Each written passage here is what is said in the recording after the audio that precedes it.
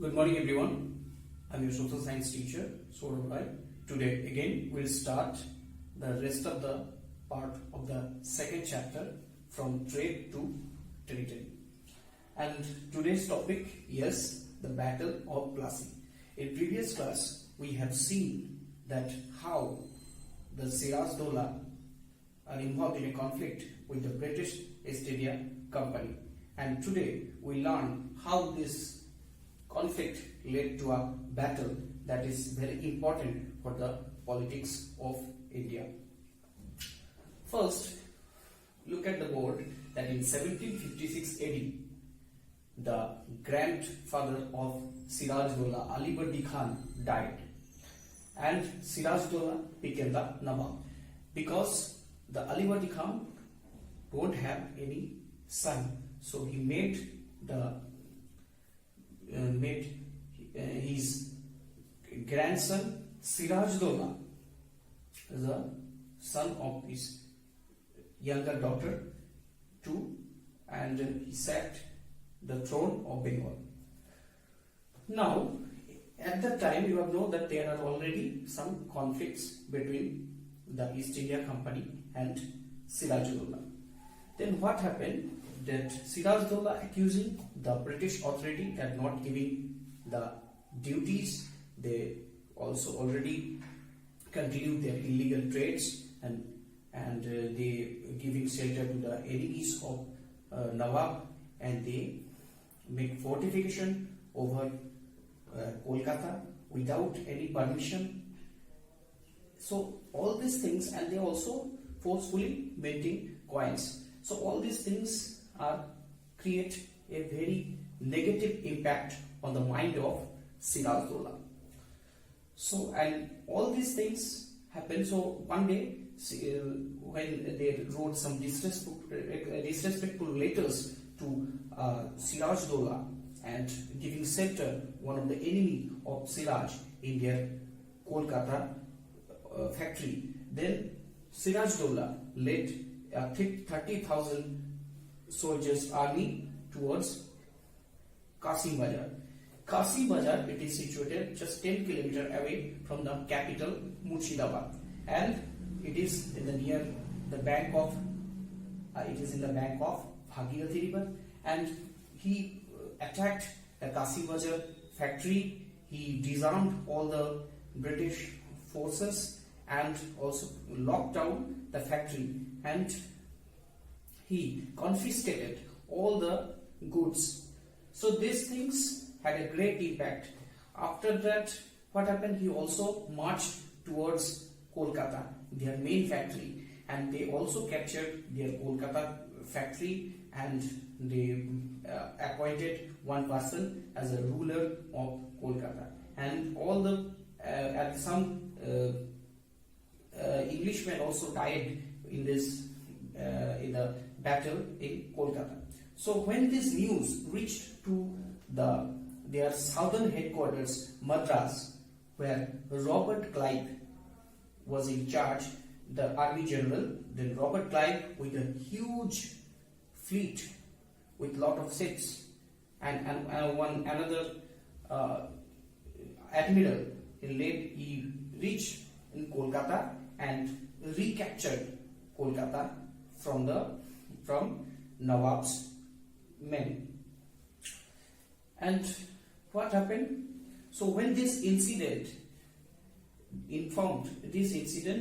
was informed to Siraz-Dowlah, Siraz-Dowlah became very angry, and he consolidated his forces, and with all his personals he marched towards Kolkata again, and in the middle of the two places between Murshidabad and Kolkata, in Plassey, it is in Nadia district, currently, Mir Zafar and with all the personals with Siraz-Dowlah, they involved in a fight that is known as the Battle of Plassey.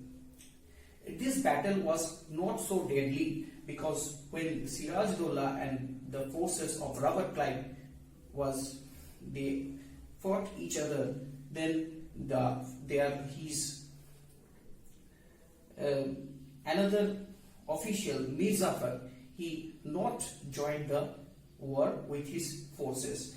So this was the main reason. That's why the East India Company won the battle easily, and the Siraj forces were very badly destroyed by the English personnels. And Siraj tried to flee away from the battlefield when he understood that there is a conspiracy, because before the battle all his royal persons, they create a conspiracy with the British persons, the Raidulov, like Mir Jafar and Jagat Seth, Umichand, all these persons make a great conspiracy against Siraj. So Siraj was never aware about this type of incident, so he lost the battle and he fled away. After that, he caught by some the personnel of the Nawab, and he executed in Murshidabad. So now, after the Battle of Plassey, British East India Company captured the political power of Bengal, but they are not interested to rule the Bengal. That's why they make Mir Jafar his prime minister as a nabob, and this was agreement between Mir Jafar and British East India Company that if Mir Jafar helped British East India Company in the battle, they will make Mir Jafar nabob. So as per the agreement, Mir Jafar was nabob of Bengal. So why East India Company now made Mir Jafar the nabob? Because they don't interfere the political matters. They have not enough time and they're not interested to involve in the political matters of Bengal. They just earn money. So they wanted to earn more and more money. So after the Battle of Plassey, it is easier for them. So they just put Mir Jafar on the throne and give him all the power. And also they demand a huge amount of compensation for the Battle of Plassey, and in this way they earned huge money after the Battle of Plassey. But they have to show a minimum dignity and respect to the Nawab, and this was not so easy, and this was not so helpful for their trade and commerce activities and to trade in Bengal duty free. So that's why what happened, they need a puppet ruler who always listen to them and don't argue with them, and they helped, and the Nawab helped them in their economic activities. So there are also some conflicts at the time, some conflicts with the Mir Jafar, and they also uprooted Mir Jafar and from the throne and give the throne to Mir Qasim. Mir Qasim was the son-in-law of Mir Jafar. So Mir Qasim slowly realized the British power, the East India Company, they never wanted to establish a rule in Bengal. They wanted some unjust privileges in Bengal, and Mir Jafar never wanted to give them these privileges. So obviously Mir Jafar and Mir Qasim never wanted to give the privileges. So Mir Qasim and British East India Company, they also had a conflict, and finally in the Battle of Buxar in 1764, the Mughal Emperor Shah Alam II, Nawab Awadh and Mir Qasim, the triple forces lost by the British East India Company in Battle of Buxar. So after the Battle of Buxar, now the British East India Company got the complete power of Bengal. Now after this battle, it is what decided that they will control the politics of Bengal as well as the economic affairs. And as a result, in 1765, East India Company got the Diwani of Bengal. Diwani means you have already know who were called Diwan in the Mughal period, who had collected the revenue of the states. They are called Diwan. Now the East India Company, after the Battle of Plassey and Battle of Buxar, they got the Diwani or the revenue collection. They got the permission to collecting the revenue from Bengal. So in this way, in 1765, their journey started long ago. When in 1600, in 1765, it was completed. The first half was totally completed after acquisition of Bengal. Now the next subunit, it's the company officials became nabobs.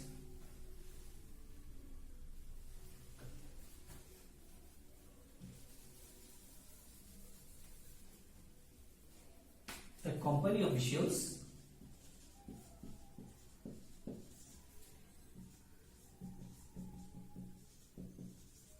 become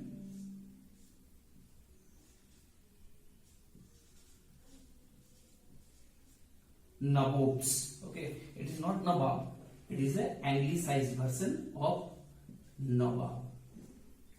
Okay, so what happened that after the Battle of Plassey, that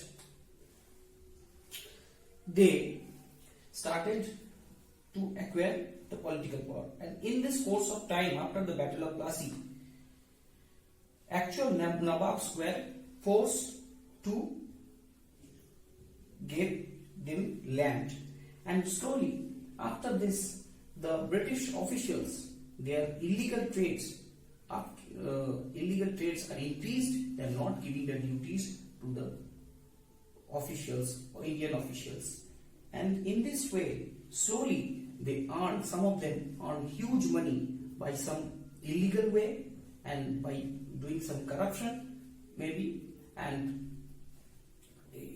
those people actually, when they return to England, they are considered in their society as the most powerful and acknowledgeable person, because they earn huge money and their status in their English society are also increased, and they are mockingly called nabobs. Nabob is a anglicized version of Indian word nawab. Okay. So suppose I give you the example of Robert Clive. When Robert Clive arrived in India in 1743, he was 18 years old just in Madras. But slowly, due to the trade and commercial activities involved more and more, and when he returned in Europe in 1767, his entire wealth is 4,01,102 pounds sterling. So this is a huge amount collected from India by Robert Clive. Even the British Parliament also questioning the intentions and on the amount of Robert Clive, and he was accused and cross-examined by the British administration and the Parliament, which was suspicious on this huge wealth, and finally he was acquitted. And in 1774, Robert Clive committed suicide. So not all the company officials succeeded in making money like Clive, but many died in early death in India due to diseases, because these tropical diseases are totally unfamiliar to them. So they died in the tropical diseases and also in the various wars. But Battle of Plassey gave them the opportunity, a portion of British people, to make more money as a ruling class. So in this way, the Indian wealth transferred into the England, and England become rich day by day. Okay. So next class we'll read that how company rules expand. Now they are just start their journey to expand the India, that they already ruled the India 190 years after the Battle of Plassey. So how these things are going on, how they will progress in future, we'll discuss in the next class.